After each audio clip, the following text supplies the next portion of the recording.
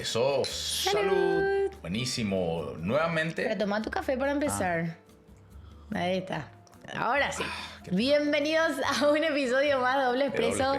Sí, hoy tenemos un tema súper lindo. Nuestro primer episodio testimonial, ¿verdad? Temazo, como dice. Temazo. Sí, así mismo. ¿Y a quién le vamos a dar la bienvenida, Silvia? Tenemos un invitado, señoras y señores. No se lo esperaban esto, así que, por favor, un fuerte aplauso, chicos. Un fuerte aplauso, chicos.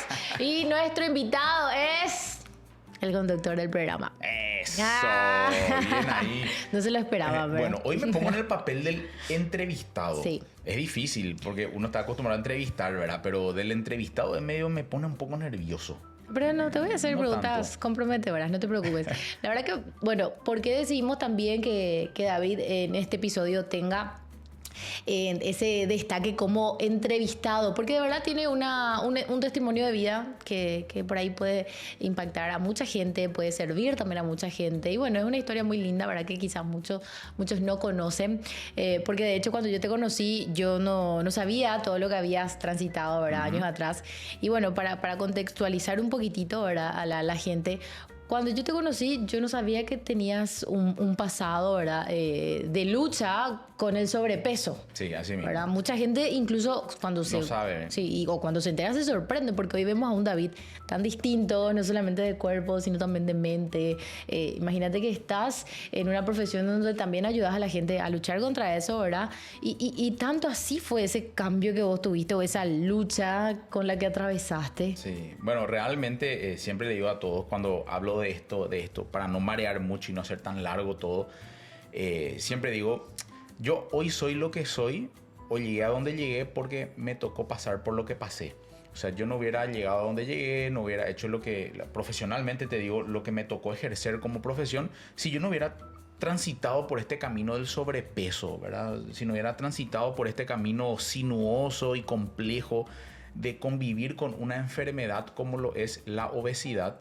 Eso me ayudó en varias áreas de mi vida, en lo personal. Me hizo más resiliente, me hizo una persona con mucho más conocimiento, me hizo una persona diferente. Y construir salud y bienestar es un proceso muy largo, pero que arranca obviamente no solamente con la comida, ¿verdad? Arranca esto realmente ya en una infancia, porque convengamos que cuando uno nace, Silvia, uno nace ya con una información genética. Uno hereda una información de papá, mamá, abuelo, abuela. Esa información que uno hereda no es agua, no, esa sangre no es agua, digo, sino que esos genes que están metidos, que te dicen, mira, vos sos propenso a la obesidad o al cáncer o a la diabetes, eso uno lo lleva por el resto de la vida y trata siempre a través de los hábitos de vida de contrarrestar un poco el efecto de esos genes, ¿verdad? Entonces, esa lucha eterna entre la información que vos tenés y esa lucha con tu estilo de vida hacen que en ese equilibrio uno pueda gozar de salud. Y eso me tocó a mí, heredar esa información y, bueno, haber vivido una infancia con cierto sobrepeso, no mucho. Después la adolescencia, ahí arranca realmente el problemita, ¿verdad? Y a esto justamente te referís cuando me solés decir que sos una persona que vive con sobrepeso, que vive con obesidad. Sí. Porque por esa carga genética es como que es algo que pues ya de manera natural heredaste. Sí, entonces toda tu vida vas a tener que vivir con eso. Claro, yo toda mi vida voy a tener que modular esa información genética a través de mis hábitos. O sea, yo siempre voy a ser una persona propensa a subir de peso. No me tocó bajar 5 o 10 kilos, me tocó bajar 30, 35 kilos. No estamos hablando de 5 o 10 kilitos para el verano. Estamos hablando de muchos números. Entonces, esa información, modular esa información genética, lo hago a través de un estilo de vida. Por lo tanto, hay una frase que siempre digo, que no quiero que suene ofensiva esta frase, pero me digo a mí, soy un gordo en pausa. Sí. Pero es así, o sea, yo le doy clic a ese ritmo de vida de locos, de mala alimentación y ponerle todo el resto de excesos. Obviamente vuelvo a subir de peso porque le doy clic, le doy play a esa info que tengo guardada. Ahora le doy pausa. Claro, ¿verdad? Sin embargo hay gente que vive con esos excesos y con, sin esos límites y no sufre eso, o no sube de peso. Mismo, hay gente que te dice, mira, ¿por qué mamá o no fulanita come, toma, sale, pisa hamburguesa, papa frita, lomito, empanada, no sé? Y es difícil luego que suba. Y es difícil que suba, claro. ¿Por qué? Porque no es propensa a él, o esa persona no tiene esa información genética que le dice ahorremos, guardemos, juntemos, engordemos. Entonces lo que come, gasta. Son informaciones que la tenemos heredadas. Y bueno, eso no significa que esa persona en algún momento no pueda subir, ojo.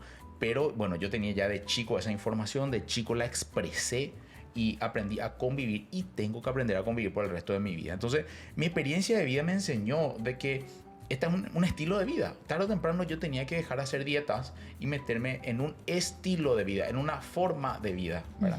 Entonces, bueno, ahí llego hasta que finalmente en mi adolescencia donde empiezo a atravesar esos golpecitos, ¿verdad? Sí. Y justamente mencionaste que desde chiquito aprendiste a convivir con esto. ¿Cómo fue tu infancia? ¿Cómo recordás que haya sido tu infancia ya teniendo esas luchas de repente internas que en la infancia capaz no te importen mucho, no sumen mucho, pero seguro tenés unos episodios que recuerdes ya de cómo atravesabas ese proceso en tu infancia y por supuesto posteriormente en tu adolescencia? Bueno, yo vengo de una infancia de los 80, 90, en donde tal vez, no sé, yo no lo tomaba a mal ser gordito ni nadie, no había redes sociales, no había el culto a la imagen como hay hoy. Yo, sí. el niño de hoy es un niño diferente al de los 80, 90, en el sentido de que... Es más, te interrumpo ahí, estaba luego como bien visto que el niño sea más gordito, totalmente. Esté más rellenito, era sinónimo de salud, está bien nutrido, se tenía ese concepto también anteriormente. Igual, mira que igual te decían albóndiga, igual te decían bori. Así te decían. Sí, no, y varios apodos te ponen los muchachos, no te rías, pero...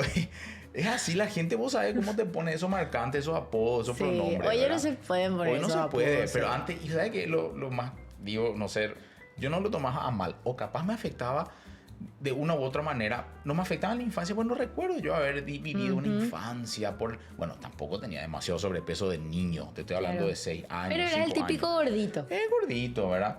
Ahora, ¿dónde sí se siente en la adolescencia cuando ya tenés conciencia de tu físico? Cuando ya sos más susceptible porque hay cambios hormonales y empezás a ser más susceptible por el sobrepeso. Y ahí sí, como me preguntaste, empecé a sentir la carga del sobrepeso porque yo me acuerdo que me iba a los campamentos y había un problema con el que... ¿Vos sabés por qué yo no me iba a los campamentos a veces? Porque me tenía que sacar la remera. O sea, por eso, te digo la verdad. Imagínate, teníamos que jugar fútbol, por ejemplo. Y cuando jugábamos fútbol, yo quería entrar a jugar de entrada fútbol, era con los muchachos. Y eran 8 contra 8, 10 contra 10, no sé. Pero el problema era de que si metía gol el equipo contrario, yo me tenía que sacar la remera. Yo sé lo que es sacarte la remera con 30 kilos más a los 12 años, a los 14 años. Olvídate. ¿Por qué? Porque yo vivía así escondiendo porque tenía los pechos, ¿verdad? Un poco más, ¿verdad? Claro. Y como muchos adolescentes que van al consultorio y entran así, ¿verdad? Disimulando y haciendo este tic cohibidos. Con este tic, ¿verdad? Viviendo con este tic. Yo viví así toda mi adolescencia, disimulando el pecho y los muchachos, dale, sácate la remera, gordo, sácate la remera, anda al arco, famoso, yo quiero. Entonces, ese es el vivir de verdad de un adolescente que vive con esas inseguridades. Claro, también porque el tema de las chicas ya empezaba de repente a... Eso no me afectó tanto, creo, porque siempre fui... Bueno, siempre le puse onda, ¿verdad? Capaz que era... No, pero capaz que era también un mecanismo de defensa, ¿verdad? No sé. Era ahí el gorito conquistador. Y era cachina, chistoso, buena onda. Tenías ahí tu algo, ¿viste? Ese algo. Churrito eran, un tipo eran, no le ponía onda. Sí, bueno. Ese fue buenito, bueno, yo era capaz digo, ¿verdad? Pero en realidad... volviendo al tema, sí, imagínate sacarte la remera para jugar a fútbol. Y yo me acuerdo cuando me tenía que sacar la remera, era el peor problema porque después era tirarse a la piscina, no íbamos a... Esa adolescencia yo creo que se quedó muy marcada negativamente en mí por el aspecto físico, ¿verdad? Yo tenía 20 kilos, 15 kilos de más seguramente en la adolescencia. Y bueno, después pasaron los años. Creo que yo intentaba, bajaba, subía, porque la gente por ahí sabe, yo soy el hijo en el sentido, soy el hijo del doctor Miguel Ángel Musi, referente de la nutrición, y ser su hijo siempre me metió una presión extra, pero también hacía dieta, mi papá me hablaba, pero era mi papá, ¿verdad? ¿Cómo le iba yo a escuchar a mi papá? Es difícil escuchar al papá en esa edad, en esa etapa, y bueno, a partir de ahí creo que La adolescencia se fue dando, terminó finalmente el colegio, terminé con unos 20 kilitos de más, pero yo era el clásico que vivía de idas y vueltas, bajando, subiendo, intentando, probando, rebotando, dejando esto, dejando lo otro, me cuidaba de lunes a viernes, en mi casa se comía, todo era por mí, pero yo tenía independencia económica en el sentido de que ahorraba mi recreo y jamás me iba a comprar una fruta con un yogur. Le metía dos super panchos, un super pancho. Era famoso sí. con los muchachos, los amigos, los sábados.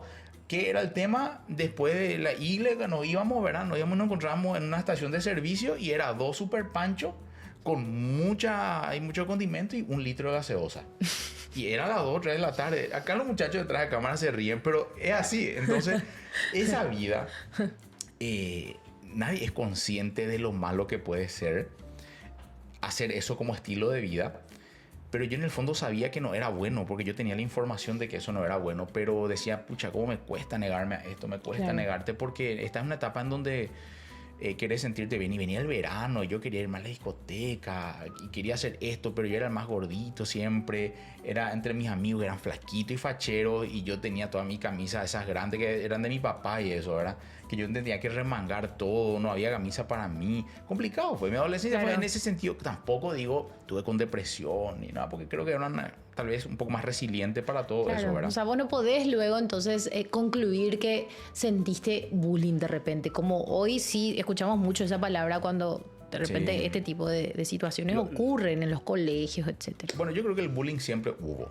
¿verdad? Siempre existió el bullying. Solo que tal vez minimizábamos su efecto. O tal vez era una generación que normalizó tanto ese tipo de burlas o cositas, ¿verdad? Que hoy yo creo que se hace con más maldad, ¿verdad? Yo creo, es mi perspectiva, de que el bullying hoy se hace con más maldad. Y el bullying en esta generación tiene una connotación mucho más compleja también, el bullying, porque es mucho más agresivo. Estamos en una generación que está muy expuesta, como nosotros mismos, claro, a las redes, al escrutinio público, a todo. O sea, estamos a la crítica. Una exposición enorme. Y exponerte y que se te burlen. No se te burlan 2, 3 amigos. No se ríen de vos 3, 4 personas. Se ríen 20,000 seguidores. Se ríen 10,000 personas. Entonces el bullying tiene un nivel de agresividad mayor hoy en día y una susceptibilidad mayor por un cambio generacional normal. Esa combinación, una bomba de tiempo hoy. Antes tal vez no era. Yo no me sentía en ese sentido discriminado o bulineado, ¿verdad? Pero sí sentía que tenía que cambiar y yo era consciente que en algún momento tenía que generar cambios. Quiero que nos cuentes, porque hace rato me quedé con esas cosas que hacías de repente a escondidas, que te ibas y comprabas. ¿Cómo quiero que me cuentes alguna así, tipo la anécdota más loca que vos digas, wow, Dios mío, ¿cómo hacía esto? Qué loco estaba. Bueno, yo sé que tenés muchas. Tengo muchas, no sé, lo que pasa, tengo que filtrar también algunas historias, no puedo venir a hacer así, ¿sabes qué? Igual voy a contar una que nunca me voy a olvidar, porque esto era así literal. Bueno, mi papá a los 17 años, a Dios gracias, me regaló un vehículo, ¿verdad? Me acuerdo que era un Suzuki Vitara año 1994. ¿Por qué? Porque yo estaba en el último año del colegio, antes se sacaba un permiso para conducir y yo le buscaba a mis hermanos del colegio y salíamos todos juntos del colegio, ¿verdad? Y bueno, pues mi papá tenía la llave, era su auto en realidad. Le estaba chofereando. Yo le chofereaba el auto. Entonces le dije, bueno, después me empezó a soltar más y me dijo, toma, usá, me dice, ¿verdad? Usá, buscar a los chicos del cole, vengan todos juntos y deja acá. Bueno, yo le decía, papá, me tengo que ir a buscar un rato algo de la casa de fulano, le decía. Dale, no hay problema. Yo salía con el auto y mi pasión, lo máximo que era, yo me iba a McDonald's, te estoy hablando de las 4 de la tarde, ¿verdad? Los miércoles había 2x1 de ¿cómo era la hamburguesa con queso? La Big Mac. La cheeseburger. Cheeseburger, sí. Que era queso, carne y pan. Y como era 2x1, yo pedía 8. Bueno, vos te reí, pero espera. 8. Y 8, sí, era como una hostia. Pero 8. No, tipo bocadito era para vos. Y no, tampoco me tire tanta mala. Bueno, pero yo pedía 4 y en realidad pagaba 4 y en realidad me daban 8, ¿verdad? Y tenía así, yo qué hacía, pedía 4, 8 con 8 ketchup, 8 mayonesas y me iba al estacionamiento y yo ponía, cuando eso se escuchaba 107.7, una emisora que pasaban jazz, blues.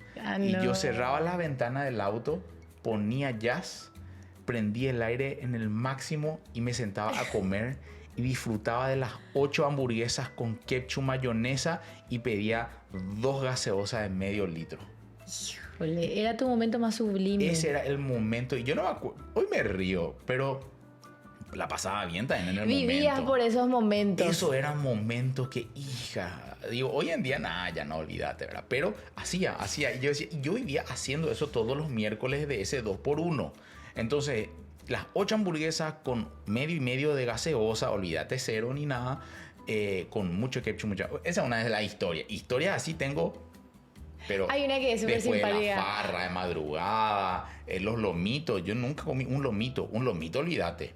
Con 2 estás bien, pero los gorditos tenemos un problema. Tenemos que sentirnos llenos. O sea, sí. De verdad, yo comía 3 lomitos y eso, ¿verdad? Y siempre era 2 lomitos, y, extra huevo, extra mayo, extra todo. Y el todo tercero extra. era más light. El tercero no tenía, ya le ven, no, sin mayonesa nomás, sin huevo extra nomás, con un poco menos de queso, con más pollito. O con una gaseosa sin azúcar nomás ya. Ese es cuando hacía dieta. Ese ya era cuando hacía dieta encima. Pero así es. Wow. Es una de las tantas historias. O sea, tenías que llegar a un extremo. Me dijiste que me ibas a contar algo. No, que yo sí conozco una anécdota que a mí me parece muy simpática y que quiero que cuentes, porque eso ya hacías cuando eras un poco más chiquito. No me quemé. Eso ya hacía cuando eras un poco más chiquito. Que le mentías a tus padres con la persona que trabajaba en tu casa, que capaz te escuche esa persona en este momento y se ríe. Sí, David hacía eso cuando yo estaba con la familia, que te compraba para la merienda. Por favor, contá eso. Bueno, cuento rápido, porque es muy... Y cerramos el bloque de anécdotas con esto. Sí, no. Y bueno, me decía, David, te voy a comprar para tu merienda, ¿verdad? Y mi papá no, que yo no quería que mis padres sepan lo que yo merendaba. Porque después del colegio yo me iba y decía, me voy a ir a dormir, después del famoso del colegio llegas cansado y me compraban congelaba 1 litro de leche Parmalat en la época, nunca me voy a olvidar, entera, olvídate de crema. 1 litro de leche. Congelaba, me compraba y siempre era con una rumba o galletitas, pero yo tenía mi fuerte que era merendar 1 litro de leche, licuar con 10 cucharadas de toddy, unas 8 o 10 cucharadas de azúcar, pero la leche tenía que estar congelada, tipo hacía un frappé de chocolatada con leche Parmalat congelada con mucho azúcar, y eso era una bomba de placer. Y eso acompañaba... ¿Todo escondida de tus padres? Sí, no, obvio. Mi papá me veía eso y sí. olvídate. Sí. Bueno, y licuaba yo eso con una bolsita de rosquita. Pero yo no quería cualquier rosquita. Yo quería la rosquita finita y quemadita. La crocante. Y le pedía luego a ella, elegime esa que es más finita y más quemadita de la marca tal, porque... Ya sabías todo. Esa es la... No. Yo manejaba precios y marcas de rosquitas. Porque había rosquitas gruesas y blancas. Yo de la finita y la más negrita. Ese era mi fuerte. ¿Con anís o sin anís? No, con anís. Con anís, pero con 1 litro de chocolatada con 10 cucharadas de azúcar. En fin. Anécdotas y yogur con chipita otro día. Esos son historias. Pero bueno. ¿Tuviste que en algún momento dejar atrás todo esto? ¿Y qué fue lo que te llevó a hacer ese clic, ese no, ya no puedo más, tengo que cambiar, ese famoso punto de inflexión? ¿Cómo se dio eso? Bueno, en realidad, a ver, para que tengas un poquitito en cuenta, ese punto de inflexión no se da en el colegio. En el colegio yo creo que uno todavía, a mí me parece eso, difícilmente uno todavía tenga la conciencia necesaria como para poder crear un cambio, como para poder generar un hábito, porque bueno, no tiene capaz la madurez suficiente, porque recordemos que esto necesita mucha conciencia. Uno tiene que ser muy consciente del efecto y cuánto te está afectando también el sobrepeso, como para que vos digas, ok, tengo que hacer este cambio hoy, ¿verdad? Y capaz eso todavía no ocurre mucho en la adolescencia, ¿verdad? Te duele todo lo que está pasando, pero todavía no tenés el nivel de conciencia de madurez como para decir, necesito hacer estos cambios, cosa que sí en la adultez ya pasa. Yo de hecho el clic quise hacer 20 veces, pero hice en el último año de la facultad, cuando estaba en el interior trabajando en la ciudad de Paraguarí, ¿verdad? Jugando un partido de fútbol. Me acuerdo perfectamente, estaba con unos cuantos tragos de más, jugando fútbol, y bueno, era el ritmo de vida que yo llevaba, ¿verdad? Y me acuerdo que entro a la cancha, empiezo a meterle onda a fútbol y siento un dolor a nivel lumbar que me dejó inmóvil, pero te digo inmóvil. Entonces yo recuerdo esa escena y yo decía, no puedo jugar. Bueno, tuve un pinzamiento, y después una hernia de disco, un pinzamiento también, 2-3 vértebras a nivel lumbar estaban pinzadas. Recuerdo que me fui directo a la casa ahí, me hicieron un intramuscular, me mejoró un poco. Al día siguiente, cuando me despierto, yo no podía levantarme de la cama del dolor, estaba totalmente inmovilizado. No fui, recuerdo, a ese día al hospital cuando trabajaba ahí. Y me di cuenta ese día que necesitaba hacer muchos cambios. Ahí me di cuenta y se me activa eso. Bueno, espera, ya no soy el de 18, 20 años.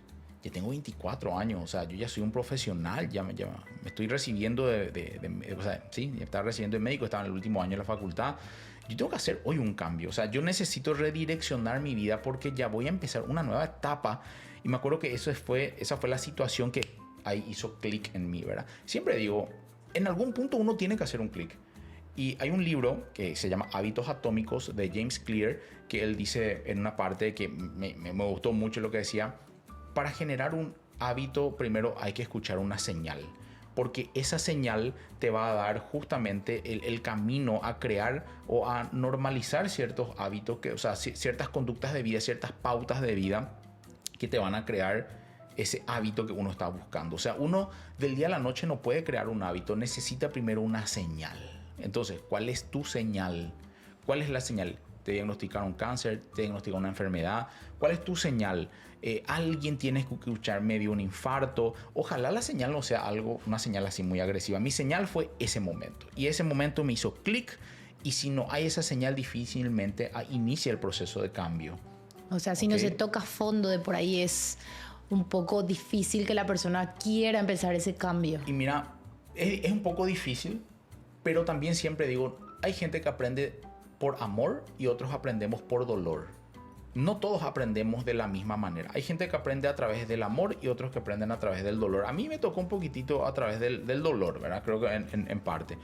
Pero ni tanto porque, bueno, era una hernia. Pero imagínate, tuviste un infarto y se te activa. Eso es llegar al fondo de una enfermedad. O llegar a una insuficiencia renal, una diabetes complicada. Eso ya es haber tocado el fondo. No hay que llegar a ese punto. Uno puede escuchar esa señal porque hay señales que se van dando ya previamente, microseñales. Esa ya es una señal de stop, ¿verdad? Grande. Bueno, a mí se me dio esa microseñal que me dijo, para acá, para acá. A partir de ese momento, yo siempre le digo a los pacientes, ¿cuál es la señal que te trae hoy?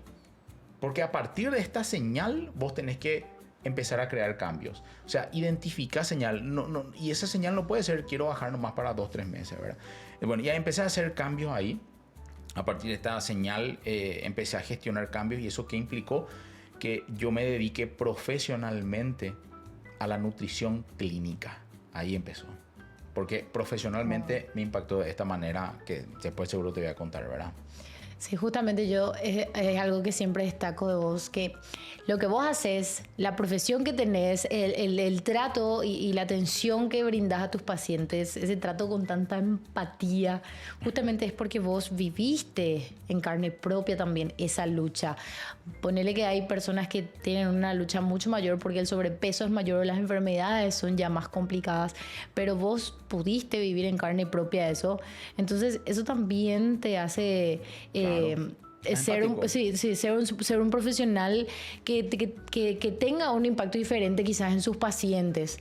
Sí. Bueno, de hecho, el profesional no es solamente un buen profesional porque conoce mucho de lo que hace. Para ser bueno uno necesita mucho conocimiento, también cierto nivel de experiencia dentro de la rama, pero hoy tenemos que hablar de una realidad. Necesitamos también desarrollar habilidades blandas. La empatía, la resiliencia, la escucha activa.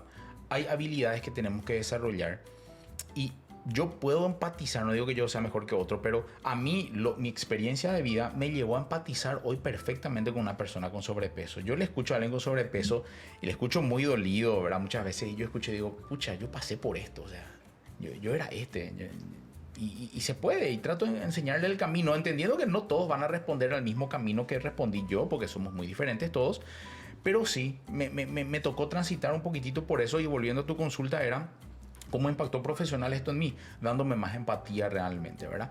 Pero arrancaba en aquel entonces cuando yo decidía formarme, estudiar nutrición, leer un poco más de nutrición, porque mi papá me decía, yo te voy a enseñar yo tengo el conocimiento y la experiencia en esto, hacé lo que hago yo, porque él me reconocido, digo, nutriólogo también.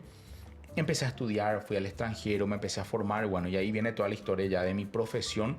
Especialización en nutrición clínica, estuve por Buenos Aires, Hospital Italiano, haciendo cursos. Y luego bueno, vengo a Paraguay y siempre digo, empecé a trabajar y como todo, de a poquito, a poquito. Siempre yo era el hijo del doctor Miguel Ángel Musi. La gente me saludaba en el consultorio. Bueno, permiso, doctor, ¿qué tal? ¿Vos sos el hijo? Me decía.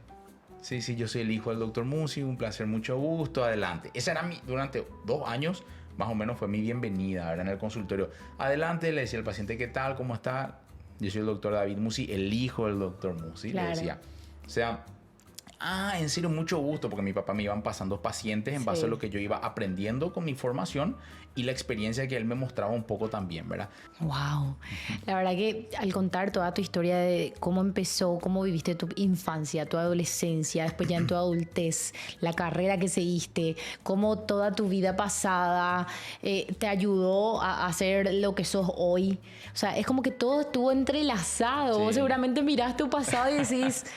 Híjole, o sea, no en vano fui esa persona que luchó siempre con sobrepeso, no en vano fui gordito, no en vano tuve que tener tantas situaciones a las que hacerle frente. Hoy eso, o sea, vos ves y de verdad era un propósito. Claro, de hecho, siempre digo, yo nunca me arrepiento del pasado. Yo creo que uno tiene que mirar atrás y entender que sí, hay cosas de las que uno puede arrepentirse, pero son necesarias para el proceso de crecimiento, desarrollo y formación de uno, ¿verdad?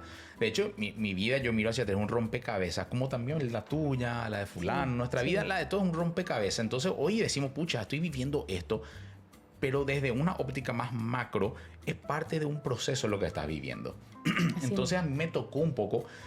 mirar mi vida también de esa perspectiva, porque hice cambios a nivel mental, psicológico, salí de ciertos grupos de amigos, recuerdo, tuve que tener un poco de menos actividad social, vida social también, porque la vida social está relacionada a muchos alimentos que, bueno, costaba controlar un poco, hoy ya no es tanto así. Recuerdo que tuve que empezar a relacionarme mejor con la comida, a utilizar medicamentos también para bajar de peso. Recurrí a todo lo que mi papá siempre luego me decía que tenía que hacer, pero no tenía yo la madurez suficiente en aquel momento para escucharle a mi papá. Y a través de la educación que yo fui teniendo, también conocimiento, estudié, me formé, empecé a poner en práctica todo eso. Yo fui mi primer paciente, siempre digo, y mi paciente del 2011, seguramente 2012, cuando venían, me veían con 15 kilos más de lo que estoy hoy, ¿verdad? Yo ya estaba en ese proceso de pérdida de peso y seguramente decían, hija, medio gordito el doctor, decía, ¿verdad? Seguro, no dudo, ¿verdad?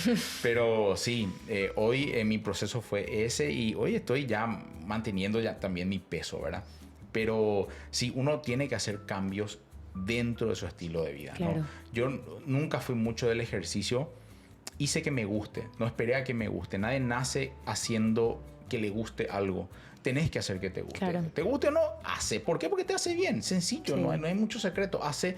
Y la constancia hace que se generen los hábitos. Recordemos, los hábitos es la suma, la repetición de varias cosas que se van naturalizando y normalizando. Y yo decía, pucha, me gusta hacer ejercicio. Pero en realidad es una orden que venía de mi cerebro y me decía, David, hace más ejercicio. ¿Pero por qué? Porque en psicología hay algo que se llama refuerzo positivo.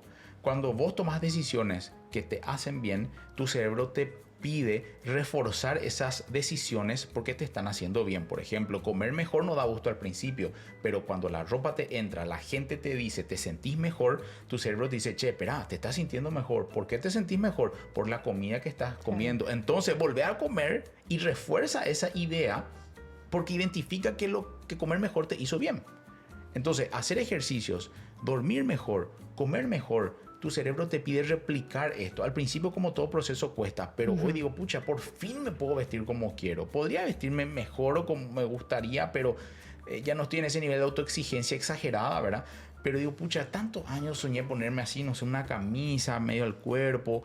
Tantos años soñé vestirme de esta manera, sentirme de esta manera, sentirme más seguro sacándome la ropa, la remera. O sea, tantas cosas que hoy disfruto porque tomé una decisión correcta en su momento que me llevó mucho tiempo. Entonces yo estoy dispuesto a pagar el precio, siempre digo. Y el que está dispuesto a pagar el precio, bienvenido, ¿verdad? O sea, va a tener ese cambio que tanto anhela. Pero yo no puedo adquirir un resultado grande sin generar un Esfuerzo proceso de grande. cambio, un esfuerzo grande, sí, así mismo. Y para resumir, David, hay gente que quizá también está en ese momento de sus vidas en donde sí está más cerca de ese clic, de ese punto de inflexión, ese cambio que dice, ahora es definitivo, necesito, pero no sé dónde empezar, no sé qué hacer. 2 consejos prácticos para esas personas. Primero, para mí el mejor consejo es cómo identificar el clic, cómo identificar la señal. En primer lugar, hoy a todos nos afecta que tal vez la señal no sea la pancita nomás, ¿verdad? En realidad hay síntomas que nos dan a entender que nuestra calidad de vida está en deterioro. ¿Cuáles son esos síntomas?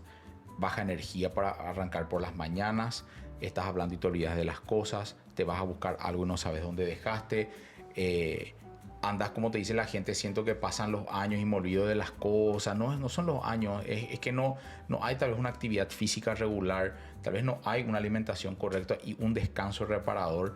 Entonces estamos con demasiado estrés laboral, familiar, personal, no estamos decidiendo, no estamos tomando decisiones correctas en pos de nuestro bienestar. Entonces vivimos nomás el día en función al laburo, al trabajo desmedido, al estrés, los compromisos, las deudas, que entiendo cuestan muchas veces lidiar con esto. Pero si vos sentís que tenés baja energía, disminuye el deseo sexual, estás durmiendo entrecortado por las noches, tenés atracones de noche, de madrugada, andas dulcero, tu cuerpo te pide azúcar, azúcar, azúcar, pero sentís que todo ese azúcar nunca te da ese arranque, como se dice, esas son señales. O te diagnosticaron ovario poliquístico, miomas uterinos, endometriosis, te diagnosticaron prediabetes, dislipidemia, hipertensión arterial. Eso habla de que metabólicamente no estás bien, de que necesitas hacer, son clics.